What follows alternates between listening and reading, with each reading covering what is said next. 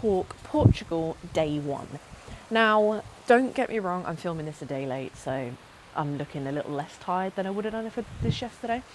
Now, we did a little bit different this time. Normally, we always have like really early morning flights, but we decided to opt for like a midday. I say we decided to opt for, it was literally the only option available to us. So our flight was at 12 midday from Gatwick Airport, which we love, Gatwick Airport, and we live at about a 2.5-3 hour drive from the airport. So we decided, since it was a midday flight, we were going to leave at the crack of dawn and head our way down there anyway. We were going to leave at the crack of dawn and just head our way down there anyway. We arrived, beautiful, loved it, easy peasy, dropped the car off. We tend to do the kind of meet and greet car picking so that we can literally drop the car off and we're right at the terminal. Headed through, managed, we only had hand luggage this time, but between the 5 of us, we had 3 suitcases and like a big rucksack style thing as well. So what we decided to do was we'll check in as much as we could. Now, we had a suitcase that we had to film some content for, so we kept that with us, but all of the other ones, off they went. Was not interested in carrying things around if I didn't need to. And at the same time, since we were going to have to wait for a car seat anyway, it was like, well, it wasn't going to make much difference us hanging around the baggage reclaim section. The flight was pretty smooth, to be honest. We were on the runway for a good half hour prior to takeoff, which was kind of annoying, but in beautiful Jet2 fashion, we still managed to get to our destination on time, so we can't complain too much there. We did our usual, kind of stocked up on some food, had some snacks on the plane. The boys absolutely loved playing their games, like the eldest two had all of a sudden a fascination with playing Minion Rush, which made me chuckle.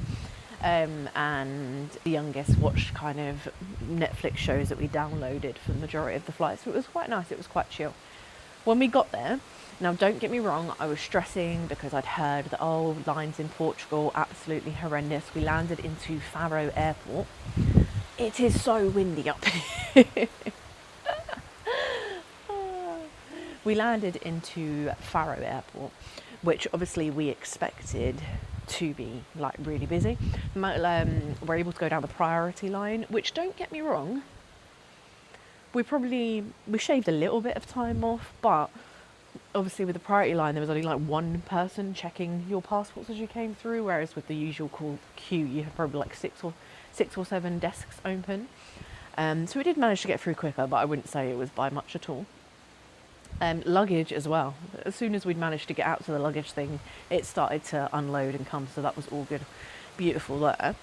And we hired a car. Now, I was absolutely stressing because I'd seen on the beautiful email the night before, when it was far too late to change anything, that it had like some stupid deposit and some stupid excess that you had to put down. And I was like, no way in hell am I wanting to or comfortable with them holding that much money on a credit card. I was like, nah, mate, it's not happening. So considering the only times we've hired a car before was when we were in Montenegro, and that was such a palaver. Like, it told us, so for Montenegro, it told us that, you were going to meet someone, that there's a meet and greet service. You were going to meet someone, they're going to take you to your car. So already you were walking around the airport, didn't know what the hell you were meant to be doing. When in fact it was, no, there was a booth. You go to the booth, you queue up with obviously people that don't have reservations and are just booking cars on. But to top it all off, the name of what the company's known by in the UK is not the same name as it known by in Montenegro. So we spent half an hour trying to look for the right booth. It was, the biggest palaver in the world. And then the actual car was parked to probably about 10-15 minute walk from where the booth was situated, and you're just like, mate, I don't even know where I'm going. No one's taking me out to my car. I've just got to go find it. It was, honestly, yeah. But hey, this time around, so we didn't have high hopes for hire cars, but we're like, realistically, we're landing into Faro, and where our hotel is situated is in Lagos, so it's a good like hour's distance. And we're like, realistically, we like to go out and about, and we're not a kind of stay and resort type family. Now, this is the first holiday really we've done. We've still done an apartment, so we've got a 2-bedroom apartment, which is absolutely glamorous. I will show you around that momentarily. But yeah, so it's a 2-bedroom apartment, but it's on a resort complex, so there's restaurants here, there's like pools and stuff. So I was like, that's kind of nice, it's a different vibe. But we're not interested in just staying in one place 24/7. We like the idea of having a car to be able to go up and down the Algarve coast. Like, that's what we're here for. So we went on so we came out, we got our luggage, read the email that said, okay, like literally their booth is situated as soon as you come out of the terminal. So we're just like, okay, right, looking for it. Found it. I was like, absolutely stunning. Got to the man at the booth and he was like, if you've already got a reservation, just walk through the bridge and you can go to the main office, like where the cars are. So, okay, cool. And I'm thinking, here we go again. I'm going to go through this bridge. But literally, it was exactly what he said. You walked through the bridge and then you had like the big Sixt building in front of you. And you're like, pretty simple. You kind of checked in, got a ticket, and then sat around. We probably sat like 5-10 minutes, if that, waiting until our number was called up. And then they went through kind of like the pros and stuff. And it was probably the most simplest service we have ever like experienced. They asked obviously like what type of, whether you wanted to add any insurance and stuff on. So obviously all the stress I'd had when I was booking things online, I didn't need to have that stress anyway, because insurance side of things, I could have this discussion with somebody face to face when we're going through, so that I know that, okay, what am I covering for? What do I really need covering for? Like, what shall I go with? So it was great. So yeah, it was literally just a small deposit that I expected. The excess was nothing because of the insurance that was on it. So I was like, okay, great. So we did. We got a beautiful car as well. Really nice car. And of course I had to go for an automatic. Like, I've been driving 10 years now. And this year, so in the last couple of months, we got our first automatic car. And I was like, oh my gosh, it's so weird to drive. That whole learning curve when you're driving an automatic car for the first time was absolutely insane. But when we finally decided that, no, okay, this is what we want, this is what we're going for, I was like, since I've got the option now, we're on holiday, might as well stick with an automatic. Might as well, like, I'm in the comfy zone, I'm driving on the wrong side of the road here, like, I might as well stick with automatic, have something I know. So we loaded our suitcases in, got the car seats out, got the boys all loaded in, all great, loved it, it was cute. Got in the car. And like, my automatic car, right, okay, I don't know how common this is, where I'm just someone that's not very experienced with cars, but it's got an actual like stick gear, like a stick gear stick, whereas obviously I'm meaning on your steering wheel, so it's a gear stick that's on your steering wheel, as opposed to what I'm used to is having a gear stick like next to me. So I put it in and managed to figure out where the fucking hell the button was for the handbrake, because I feel like that seems to be in a different place every time I get in a car. Like, what is the point? Managed to find that button. Then I was like, why aren't I driving? And it took a while to realise, I'm like, okay, because the car's not in drive. And I'm like, well, how the hell do I put it in drive when there is no gear stick? And it's like literally where an indicator would be. Yeah. So it took me a while, a few attempts to figure out how to use that. But hey, but then literally it's smooth drive all the way on. Managed to connect the sat nav up, put in the hotel resort place, and really simple to get out of the airport. And it was more or less, you're on one road for like a good 50 minutes. So it was great. Easiest thing ever. We landed and we're out at the airport. So we landed about 3 p.m, had our checks, got our luggage, everything, and we were picking the car up just before 4 o'clock, so which meant we were probably about 4:30 when we were actually on the road.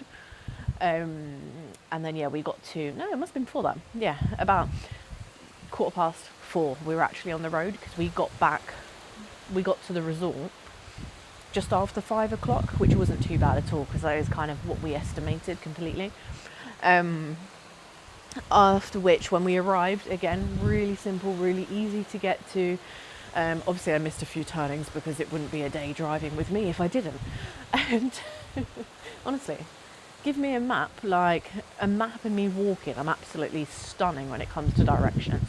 But when it comes to me following a sat nav in a car, who knows? Might turn down one way just for the pure fun of it. But yeah, so we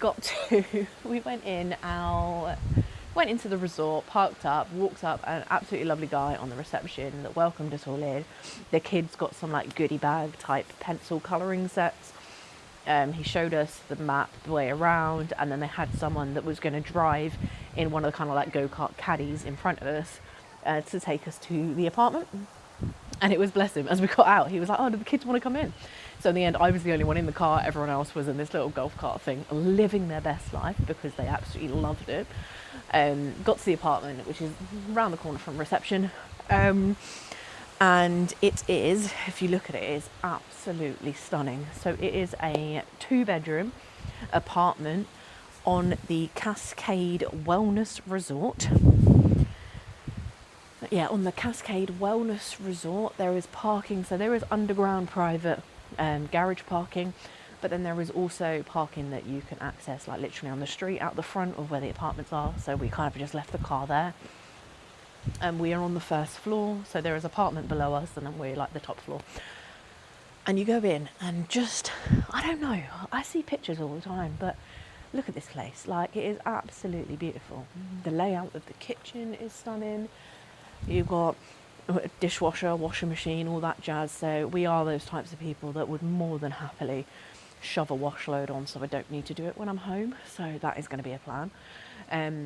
3 toilets in this place. 3 toilets. Like, for a family of 5, having 3 toilets is absolutely insane. Like, we have 1 toilet at home. I'm living this life. I love it. The living room, absolutely gigantic. Like, the sofa was obviously turned into like a sofa bed, which we're probably not going to use, but obviously we'll keep it out because it's nice to have that gigantic extra space. Because our third is still good, like our youngest will still sleep in a cot at this moment in time, so he's not just roaming around the place in the middle of the night. And there's a balcony at every entrance. Like, there's a balcony access at the kitchen, balcony access for the living room. Like, the dining table in the living room is absolutely huge. It's beautiful. It's stunning. The bedrooms, again, both of them have balconies and balcony accesses.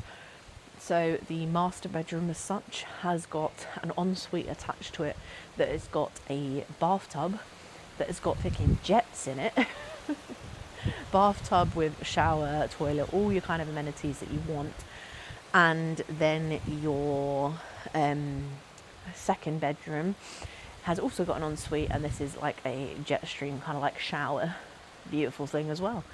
And then the balcony at the front is absolutely stunning. So the balcony that you can get out access from the living room, the second bedroom and the kitchen all kind of like lead onto one, so it's all the front of the apartment.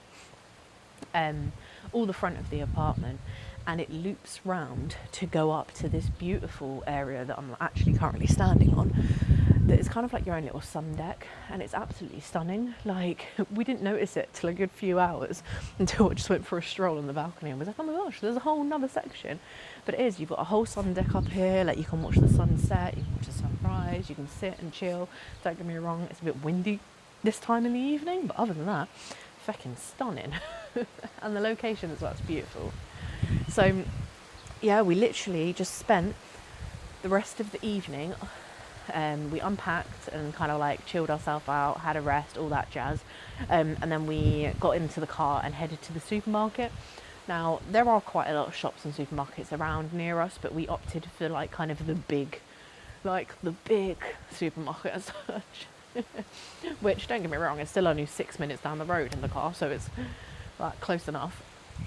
Did a whole shop load and must have spent, I think, about €55. And that's because, like, we are self-catering. We don't tend to do food when we come on holiday. Like, you never know, we might add breakfast every so often. But so far we've just found that the times of the day the resorts tend to offer, like, breakfast, lunch, dinner and stuff just don't fit within our schedules. We're very much like, we're happy to cook, we enjoy it, kind of like, we've got no issue with that. And then if we're out and about, we'll either pick food up in a restaurant, or if we want to eat or add breakfast on one morning, then we have that option here. So that's what we did. Like, we went to the shop, we stocked up, we got some food for some dinner, and we've had kind of a pasta, prawn, veg type mix. Got the boys some cereal for their breakfasts and things, and then we got lots of snacks, because obviously you cannot come on holiday without having tea and snacks in the evening. And we go from there. So I think the only thing to do after that is, like, literally we all kind of showered up, got in bed, and it was early night. We were absolutely shattered. We've been up since about 4 a.m. So come 9 p.m. we were all laying in our beds being like, yeah, well and truly ready for a start of